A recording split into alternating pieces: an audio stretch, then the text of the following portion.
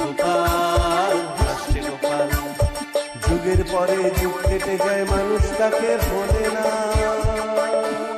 যুগের পরে যুগ কেটে যায়, মানুষ তাকে ভোলে না।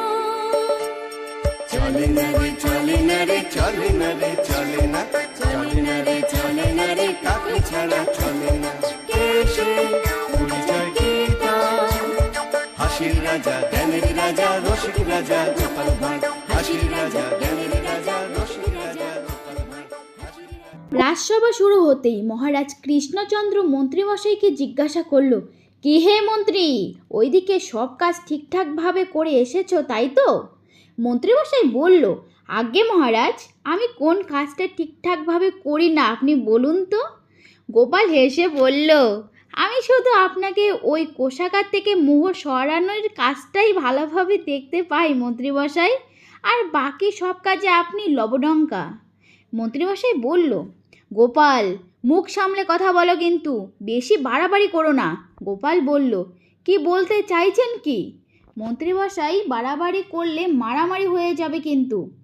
মহারাজ বলল, আচ্ছা হয়েছে হয়েছে, অনেক হয়েছে, সকলে এইবার থামো। বিজ্ঞানী বলল, ঝগড়াঝাটি বন্ধ হোক, এমনিতেই খুব গরম পড়েছে। মহারাজ বলল, বলছি কি, যা গরম পড়েছে এইখানে তো আর থাকা দায় হয়ে যাচ্ছে। উফ, আর যে পেরে উঠছি না, মনে হয় আপাতত এখান থেকে কদিনের জন্য।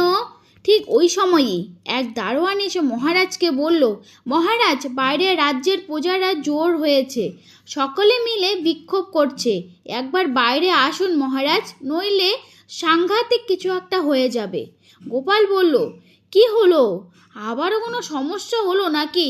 আমাদের রাজ্যের প্রজারা তো যথেষ্ট বোঝদার, তারা তো এমনি এমনি ঝামেলা সৃষ্টি করার মানুষ নয়। মহারাজ বলল, গোপাল, চলো দেখি। তারপর মহারাজ সহ সকল সভাসদ বাইরে আসলো। মহারাজ বলল, কি ব্যাপার, তোমাদের কি কোনো সমস্যা হয়েছে? এইভাবে বিক্ষোভ করছো কেন?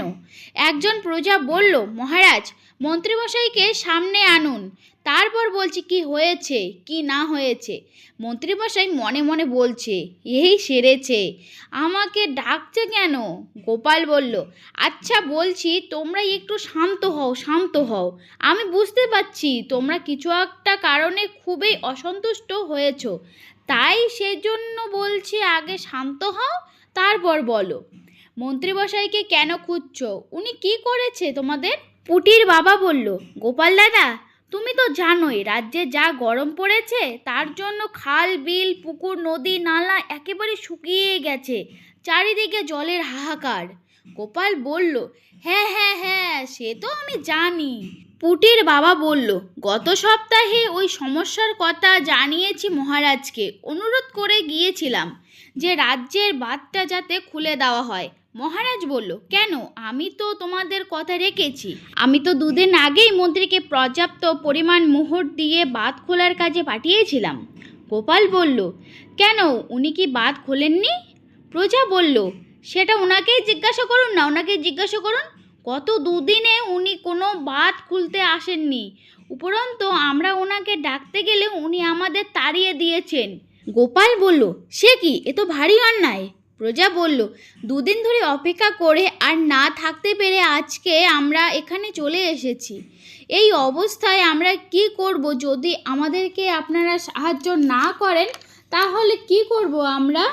মহারাজ বলল, ছি ছি ছি ছি ছি ছি ছি, আমি তো ভাবতেই পারছি না মন্ত্রী, মন্ত্রী এই কাজ করতে পারে? কি হে মন্ত্রী? গোপাল বলল, মহারাজ, মন্ত্রীমশাইয়ের ব্যাপারটা পরে দেখে নিচ্ছি, আগে এদেরকে শান্ত করি, চলুন। মনে রাখবেন, প্রজারা একবার বিক্ষোভে চলে গেলে কিন্তু খুব মুশকিল হয়ে যাবে।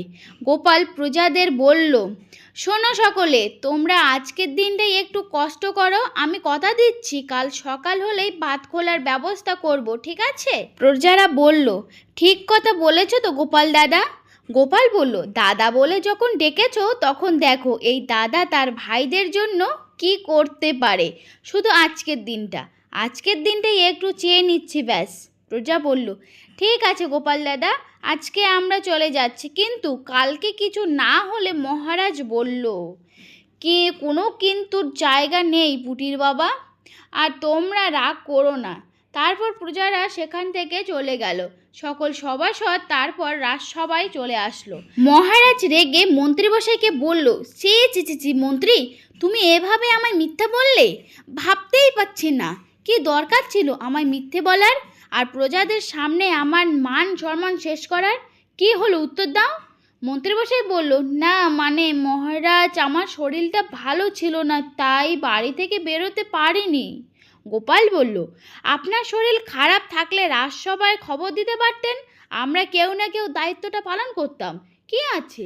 সভাকবি বলল, সমস্ত মোহরগুলো ঘাপটি মারলেন ঘরে। ছি ছি ছি ছি ছি, জানাই আপনাকে ধিক্কার। সকলে মিলে করো প্রতিবাদের চিৎকার। সকল সভাসদ একসঙ্গে বলে উঠল, মন্ত্রীমশাই, ছি ছি ছি ছি ছি ছি ছি ছি। গোপাল বলল, মহারাজ, আপনি এক্ষুনি মন্ত্রীমশাইকে কদিনের জন্য রাজসভা থেকে বহিষ্কার করুন।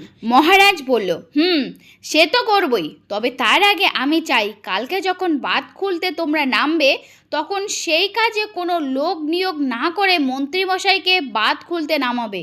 মন্ত্রীমশাই বলল, মহারাজ, এই রকম বিচার আপনার? আপনি না রাজ্যের মন্ত্রী? মহারাজ বলল, মন্ত্রী না ষড়যন্ত্রী? গোপাল বলল, মন্ত্রীমশাই, তাহলে কালকের জন্য প্রস্তুত থাকুন। পরের দিন সকালে কিছু প্রজা আর মন্ত্রীমশাই বাঁধ খুলতে লেগে পড়ল।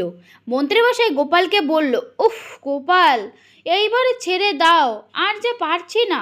গোপাল বলল, এত সহজে হাল ছাড়লে হবে না, বলুন। এই কে আছো, দাও দেখি শাবল কোদালগুলো দাও, আমি এই দিকটা খুঁচিয়ে দিই একটু। এই সভাকবি, বিজ্ঞানী, এসো এসো, হাতে হাত লাগাও। বিজ্ঞানী বলল, সবে মিলে করি কাজ, বাঁধ খোলো হবে আজ। তারপর সকলে বাঁধ খোলার কাজে নেমে পড়ল। এদিকে পুটির বাবা সবার জন্য শরবত নিয়ে এলো। মন্ত্রীমশাই বলল, দাও দাও দাও, আমাকে আগে একটু শরবত দাও। গোপাল বলল, কেন মন্ত্রীমশাই, মোহরগুলো খেয়েও তৃষ্ণা মেটেনি বুঝি? তারপর সবাই মিলে শরবত খেয়ে আবার কাজে লেগে পড়ল। একটু পরেই বাঁধটা খুলে গেল। গোপাল আর সকল প্রজারা দৌড়ে পালালো, কিন্তু মন্ত্রীমশাই ওখানেই দাঁড়িয়ে থাকলো আর বাঁধের জলে মন্ত্রীমশাইকে ভাসিয়ে নিয়ে চলে গেল। তো বন্ধুরা, যেমন কর্ম তেমন ফল। তো কীরকম লাগলো বলো এই গোপাল ভাঁড়ের ছোট্ট গল্পটা? যদি ভালো লাগে অবশ্যই লাইক কমেন্ট শেয়ার করে সাবস্ক্রাইব করে দেবে, আর সঙ্গে থাকো আমার চ্যানেলে। দেখা হবে নেক্সট কোনো ভিডিওতে। ততক্ষণে তোমরা সবাই খুব খুব খুব ভালো থেকো। Thanks for watching, tata.